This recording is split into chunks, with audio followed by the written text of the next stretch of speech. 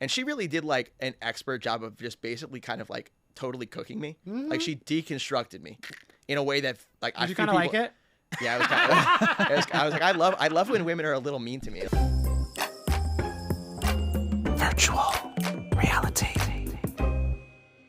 All right, Chris Allen from Netflix's $1 Million Secret. Danny and I are so excited to have you in guys? studio. We've been chatting a little bit, but we're excited to dig a little bit more into your experience. This is so wild. The secrets are out. Yes, you're a reality TV star. How does it feel? It was overwhelming. I mean, I think we were all preparing for this moment for months now. I know. You kind of like think in your head what it's going to be. What I wasn't prepared for is the global nature of $1 Million Secret. Like, this is not a U.S. reality show. Everyone has Netflix. Yeah. Everybody has Netflix. So like dealing with, you know, all hours of the night, getting messages from like India, the Philippines, Malaysia. I'm like, these are places that I've never been, never even thought of. And now like people are debating my character. Well, it's funny. I'm glad you brought that because we were talking a little bit before how your portrayal has been kind of met with a lot of polarization. Yeah. And we were saying it's hard when you do a competition show because you like a bad edit, so to say, is like you being like sneaky and tricky, but also that's a good player. Yeah. So it's hard when it makes, is that kind of what you're dealing with, right? Yeah, I think like the way that people react to specific characters in the game is going to be like kind of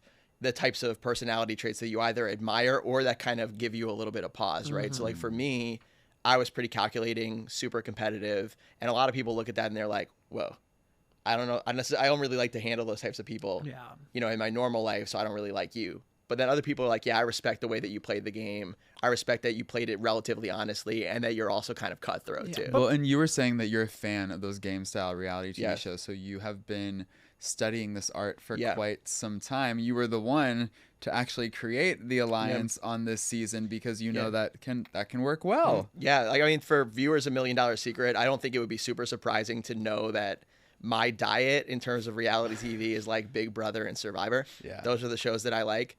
So $1 Million Secret is not an alliance game. Like you look at it, it should be everybody in the house versus one because one person has $1 million. We want to get the money out, right? But we a lot of times kind of played off book a little bit. Yeah. And I'm like, well, if we're going to do that, you need to have an alliance to keep you safe as a safeguard.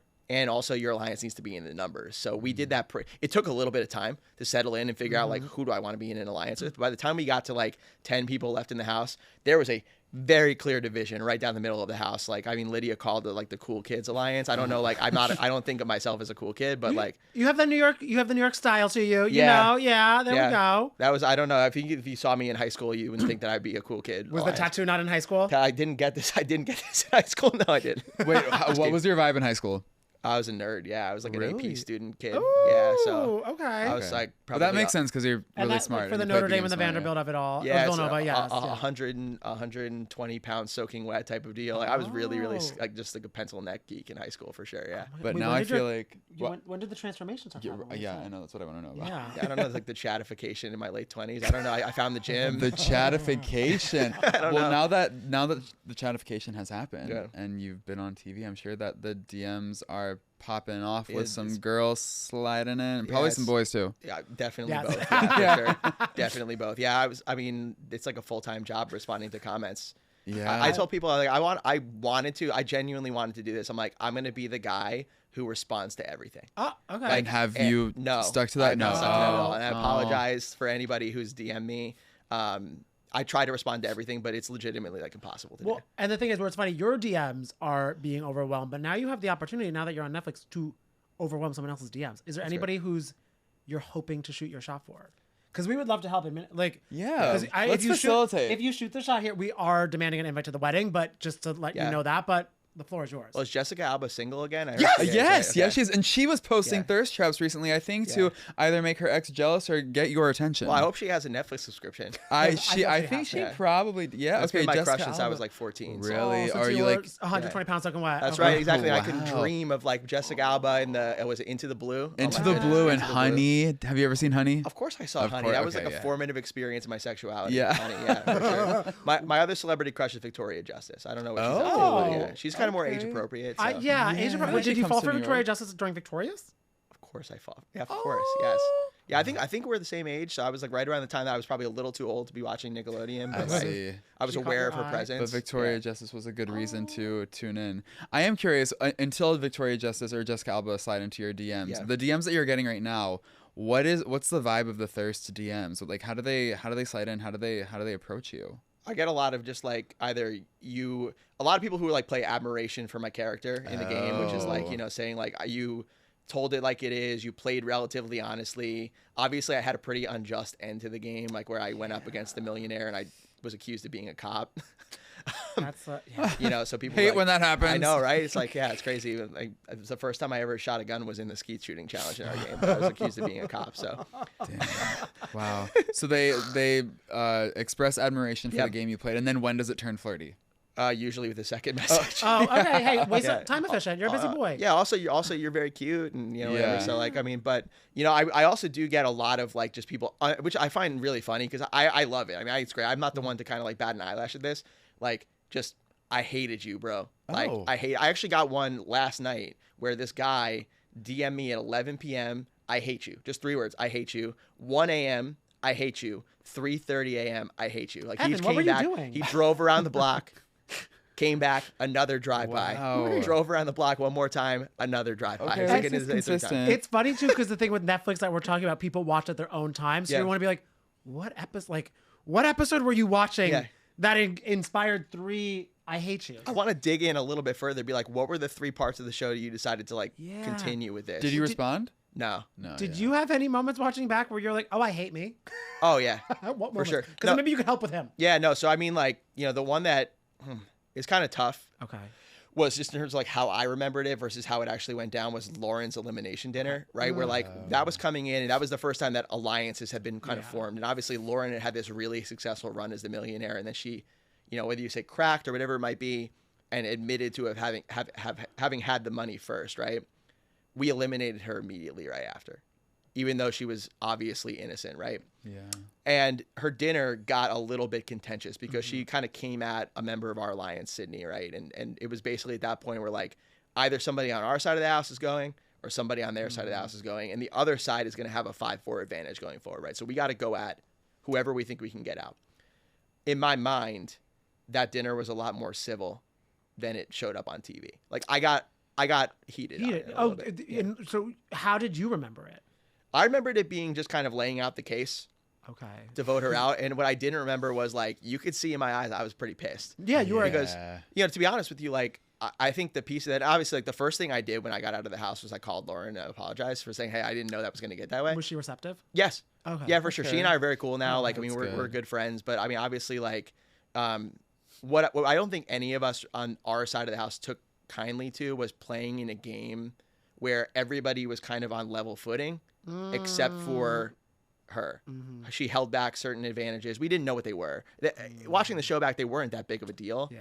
But she did hold them back, and we were like, well, we're not going to play in a rigged game like against somebody who held an advantage against us, and we did kind of take that personally, right? I feel that's such a hard thing with because like it is so intense, so competitive, and these people, it is like not life or death, but it feels like that. Yeah. And then the second the game's over, you're like, oh, it was a game. You know what I mean? Versus like housewife feuds can go on for years. Yeah. I would struggle with that.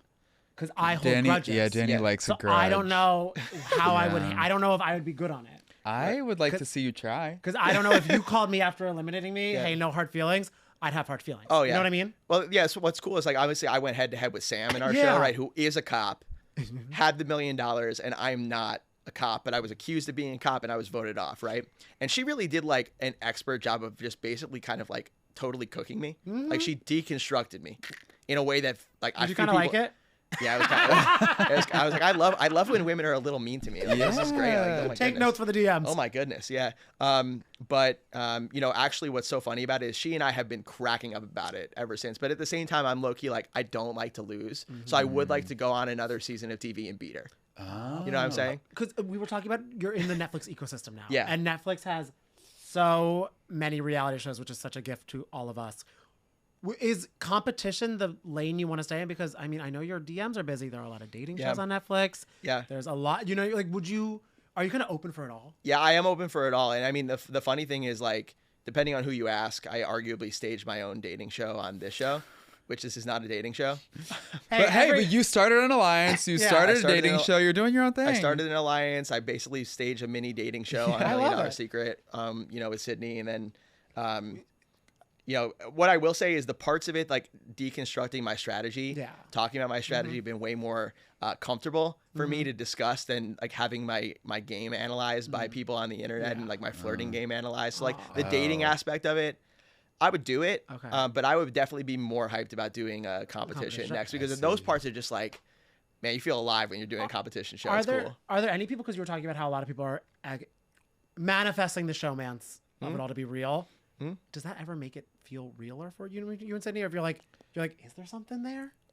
That's a really good question. I never really thought about that. Yeah, I mean, like, we definitely have a relationship that is super special. Okay. Right? Like, there's no doubt about it. I think that was pretty much clear from the second of it. We were pretty adamant to everybody in the house from the jump that our alliance and friendship, which was a mini alliance inside of a bigger alliance. Like, the two of us were like that, right? Some would call that a couple. Right? And we're the same age. And we were both single, all these different things. So we were adamant to everybody in the house, and I were like, listen, this is a gameplay move. This is a strictly friendly thing. And everybody was looking at me like, come on, dude. Like, I don't believe you.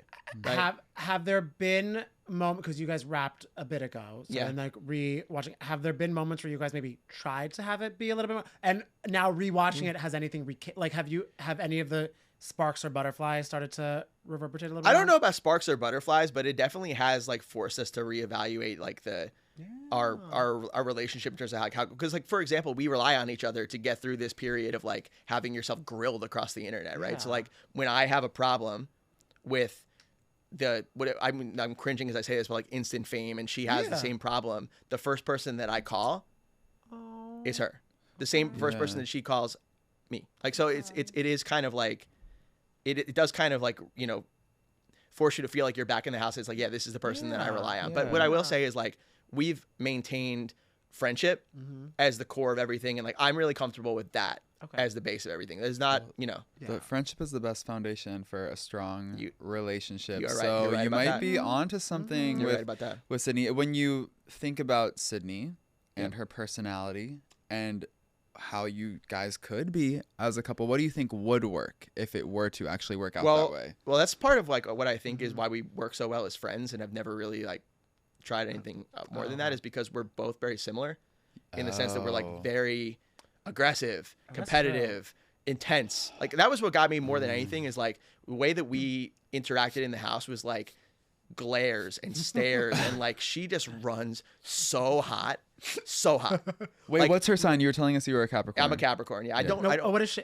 I think she's an Aquarius. I think she's an Aquarius. I'm an Aquarius. Okay. Aquarius. Yeah, she's an Aquarius. Sydnee, if I got that wrong, I'm sorry. Now I want to date someone who does reality like competition shows, because I'd be like, I bet I can clean faster than you, and you'd clean the entire apartment. I'd be like, darn, you got it. I bet I can't take out the trash. You know what I mean? Well, you know what's cool about being on a competitive show like this is like, I was an athlete growing up. I was a baseball player, basketball player, like, and when you're young, you're like so competitive, right? Like, you like literally go to school and then you like, go play a basketball game on a Tuesday, right? You're like, okay, I'm going to do some competitive event. As an adult, like, you're competitive in your career, but you don't really feel like true competitive fire as an adult. Like, you don't really remember what that feeling is of like, you have healthier friendships. That's true. Me and my friends don't compete. Good. I don't think. Maybe they compete with me. I don't compete with them. But I felt that feeling of like being in a competitive like high school baseball game, high school basketball game, for the first time in like 15 years. Sure. It like felt like that, like reinvigorated. Now, granted, I think there are some aspects of my personality that showed up in the competitive side that I didn't love watching back. What was in the self-reflection process? Is there anything that you're like, I don't know if it's like wish I did differently, or anything that you're taking from it to be, I should show up in life a little differently than that? Yes, absolutely. I think anybody on the show would say like, this is an opportunity to learn and reflect on things. For me, and I also like, I've listened to the feedback of myself on the internet. Like, I was way overconfident. I've struggled with overconfidence my whole life. Like, I swear to God, I'm telling you, I love that problem. My preschool teacher put on my report card that I was too confident. Wait, that's crazy.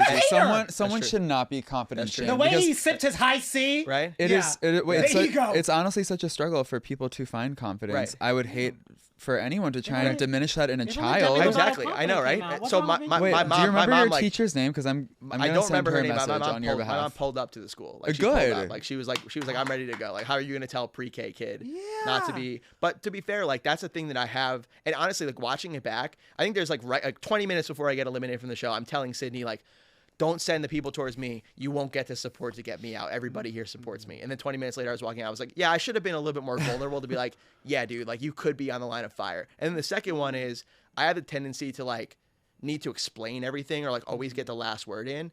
And watching my dinner back, like my mind was in like another galaxy, right? Because I'd never been named at any of these dinners, and all of a sudden everybody was coming for me.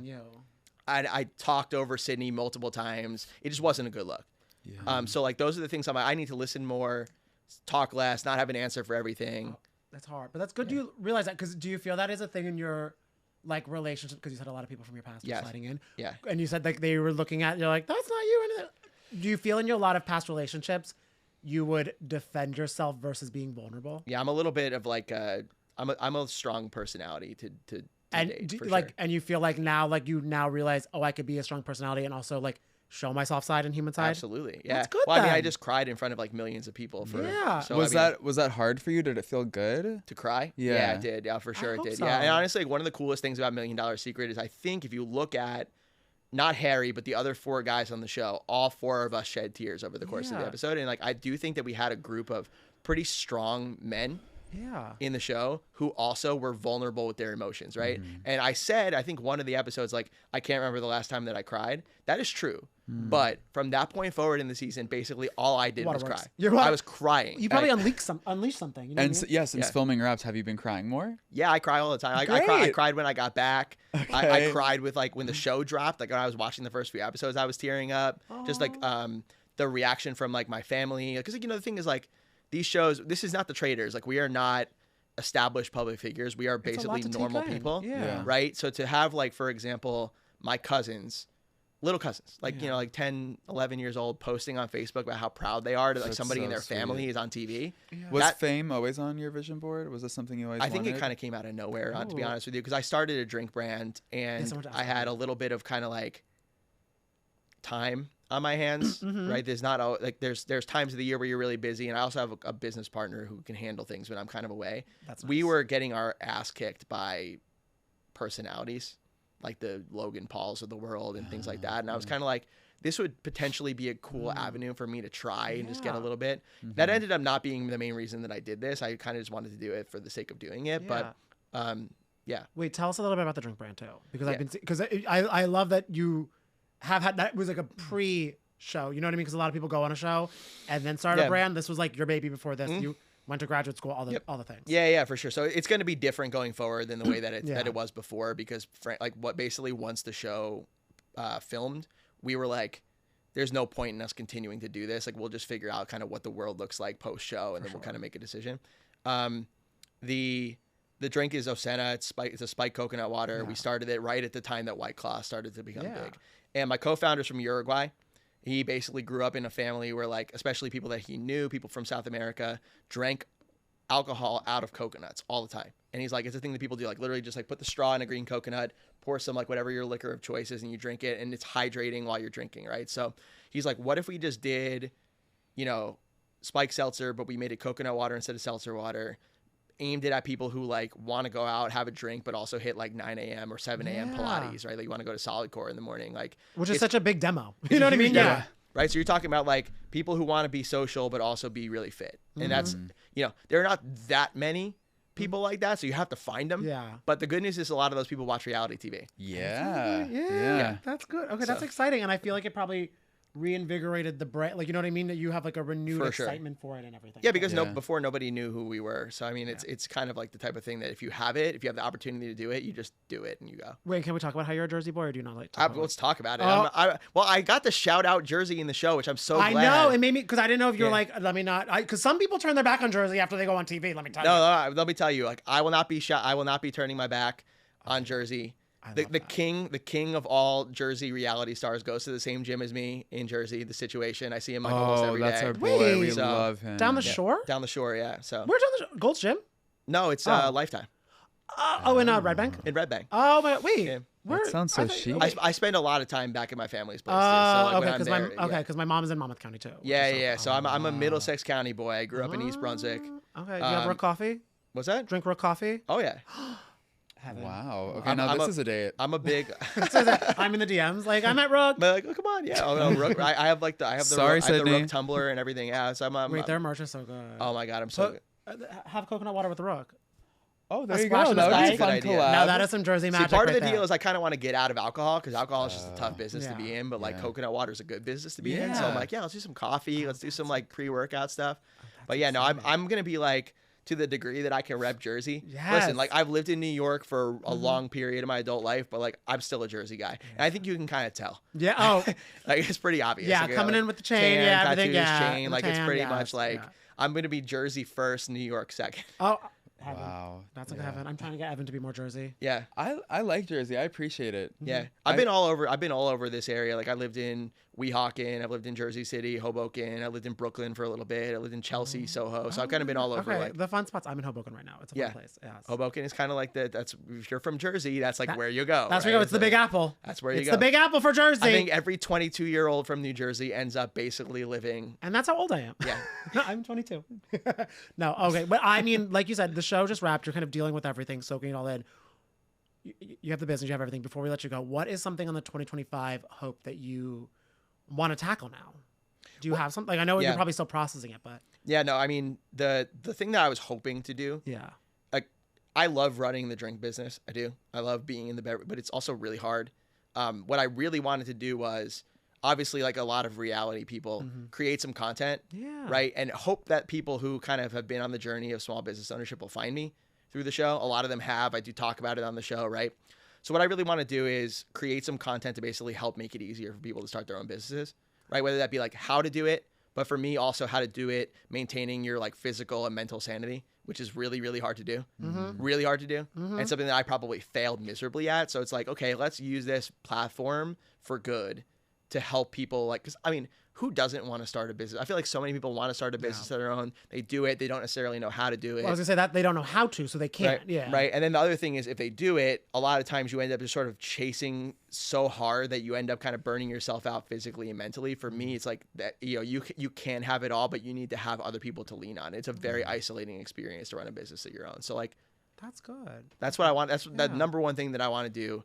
See what happens with the business, whatever. Obviously, see what happens in terms of like, I'll tell you this much. I'm addicted to doing reality TV. I loved it. It was the greatest experience of my life. I would do it again in a heartbeat. So. And something tells me you're going to be back on that couch for another TV show, probably on Netflix very soon, because you need to be on reality TV forever. I love it. That's great. I hopefully next time I can tell you guys about the story of how I won the show. Yes. That because we're manifesting that. Yeah. And then you have to bring us some money. Yeah. I'll bring you some rook next time. I'll take that. I'll take that. All right. Are you still craving a little more tea? Evan, tell them where to go. Make sure to like and subscribe to Page 6 YouTube to check out all of our exclusive virtual reality interviews and more.